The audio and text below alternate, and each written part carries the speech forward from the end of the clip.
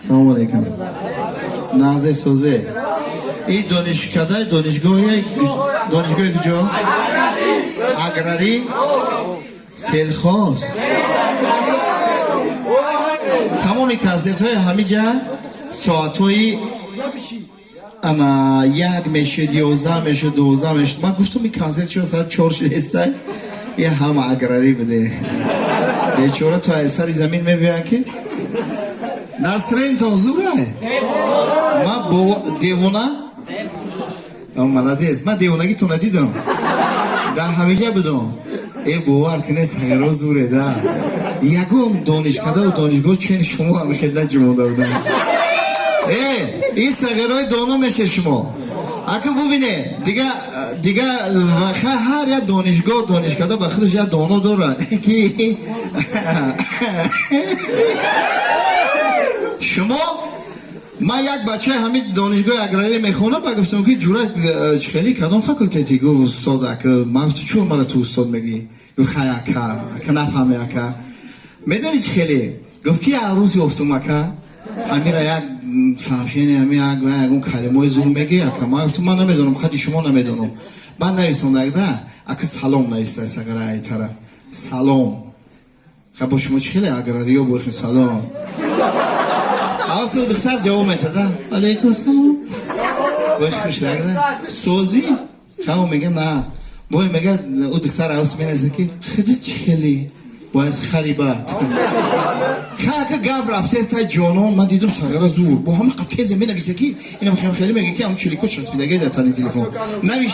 جانان همه زور یکی دختر آس گفت ایگوش که جان تو کجا میخونی؟ نه من بچه هم نه باید خودو در کلاسی خیلی را دیویژن میکنم نویس که جون کجا میخونی؟ گفت که دانشجو همین دانشگاه اگراری خیلی عوض دختر واه چه زور من هم خیلی ارزو میکنم یا بچه که هم دانشگاه شناس شما همین نوشته است وای من بعد با دختر گفت که میبخشیم میدونی چی من همین کم تر مزم نیست واسه گریپ شدم چیدم کم به تلفن حدسا میزنم گفتم یا برام رنگین کنم یا 300 سم گرام نمیکنی این سگره چشمش خیلی شیطره من نگاه کرد میدونی چی نوشته که این دختر اگه جای ساز به آزول کنده آمده است با همین تمام دانشگاه اگراری انا که همین گپ فهمیده یا شاگردی من همین میبرو استا میگم من دانشگاه اگراری میرم کجا میری؟ دانشگاه اگراری میرم چی که دانشگاه آموزگاری نه دانشگاه ملی نه خمسه اوجا نه دانشگاه اگراری میریم اوجا نه همین سگره کنیم رنگ خودم میفهمیدگیم من گفتم تو چی را میفهمی؟ تو گاب زنی خودت خیلی کریوای میبینی خیلی رنگی که یک تنگه نمیزنم با یکم ماشین با کجاله میشه راست ببخش شروع گاب زن من گفتم اوجا شوخی نیست اوجا خوندن در کاره دانش در کاره او میگه که معلومه خیلی دارم مستون با هم خیلی اوخی توبه کنم تو راست به اول گاب زدن یاد شروع بیست باید خیلی میسته خواه اصلا چکون کنم خیلی گاب نیست هم خیلی بچه که جای شما ده هست نمیشه هم خیلی رو داخل کنه Ladies and gentlemen, UFC Fire! Time!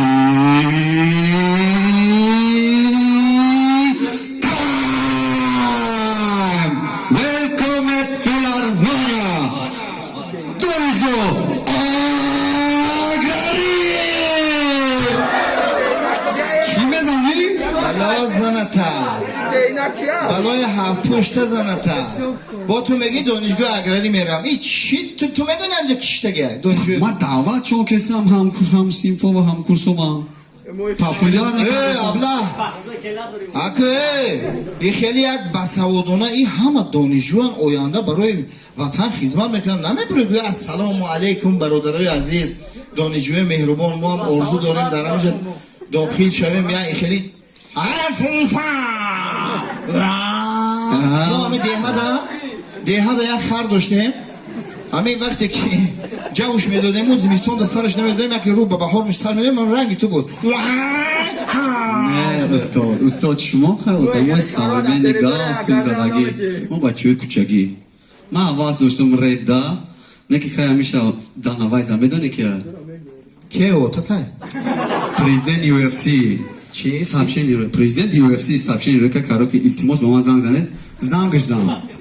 زنگش زدم گفت که همین یک سرصفه داره کو نام شروسی که ما هم نمیدونم گفت ما پیسه رو میگیم جوش داده گفت آواز چخله خیام جاگوا کام که گفت قبول میگیریم نه من آواز ندارم من رپر ده آواز داشتم گوش که تو کی زنگ زد دان آواز با تو دوگروی میکنه سابشینی کارات که سابشینی ها با ایونه نه هم طرف امریکا دانا وایس ایده زنگ میزده کارات سابشینی روی میکنه تو نامی او را جو گرفتی بچه تو نامی او تختاز نمیدونی چیه خیلی گپ زنی اینم خیلی گپ ما زنه آدم رپریستو هم خیلی گپ میزنه رپریست تو خیال کردی یا هم خیلی رنگ تن هم خیلی یا همه دانشجو آینده و تو برامدی پیش یاد خیسلت خیلی میگه تومر سخن نگفته باشد ای به هنرش نگفته باشد اینم که عقل داری استاد شما تو اینا رو بین خشروگی بچه ها رو بین خطبی نه ما گوش کن استاد یا چی بگو اینا تو شما تربیه میکنی میپسه میره شما گفتین که سلام السلام علیکم شما تایی نمیگی ما نخیه گم میزنم سلام دوشنبه سلام به هر یک نفر سلام به هر یک دختر به هر یک شیرین آرد این خیلی گم میزنیم او من نو درباره تو گپ زدم همه برادرها رو اکما نو خواستم مهربانی کنم گم که اینم خیلی شاگرد داریم خیلی باید کم ترک تعریفت کنیم تو برامدی شرمنده مکردی باور کن ایو گرچه شوخی میکنه ایو میسنجن سوادی ترا عقلی ترا اینو که بی سواد میبینن مخولیگن میبینن یا را دانشگاه در دانشجو نمیشنن یا خیلی سرود های خیلی فهمیدی سرود های خیلی خونده باشه خیلی بلا زنت سرود های و خیلی میگی من دانشگاه میرم تو اقلا یک دو مصرع شعر بگو اینا ای برادر خاک پای توتی ها اگر تو ما رو دوست میداری بیا اینا بی یا که من پری طاووس لطیف است به کرگس نرسد عقل هم چیزی شریف است به هر کس نرسد نه مدن نمیرسم تو در نمیرسد اما شعر رو میدونم کدام در کتاب ای بالا با پایان ای بر تو برای خوندگی هم از خوندگی ای بالا با یکون پایان شاعر رو میشناسی یکون شاعر همه یکون بزرگوار رو میشناسی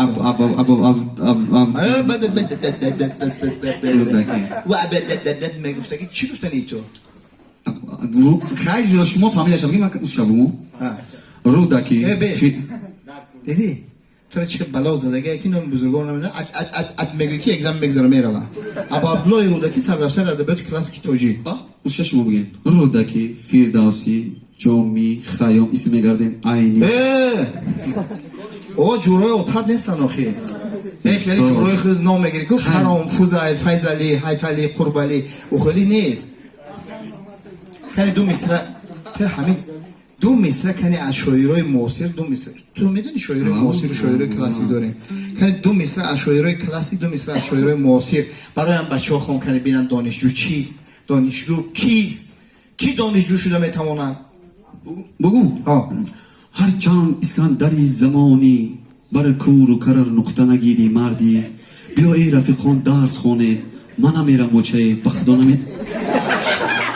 استاد چی میزنی؟ همین گفتنی نبودم نه که میگم حیوانی به عقلی تو چی آخی این شعر میه بر کور و کلام یعنی کوره کاره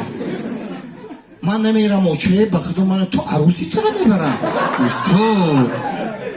دفش شرمنده کرده گم شو اینجا من شما را ساجدم خیلی ما بساودم بگو چی میگوی؟ من با بوی شما حاضرم خیلی میگم استاد من با بوی جان و جانان زنده ام با امیدی روزگاران زنده ام من کم که هر لحظه میپرسی زیمن تاجیکم با تاجیکستان زنده ام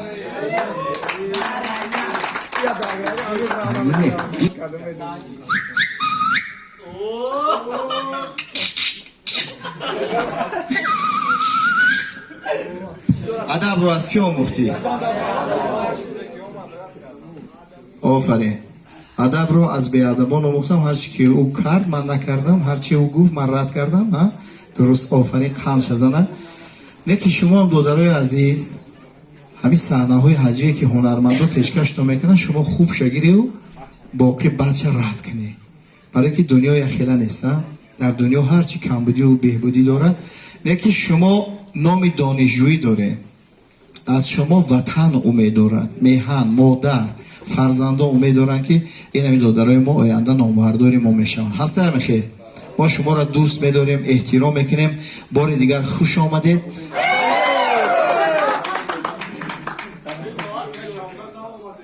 سلامت باشید دکجه باید دستونه شبکتونه برداری بینیم تونه خوش آمدی خوش آمد نه جاتون شتگی درسته وای همون آدم های بیزی باید اخیده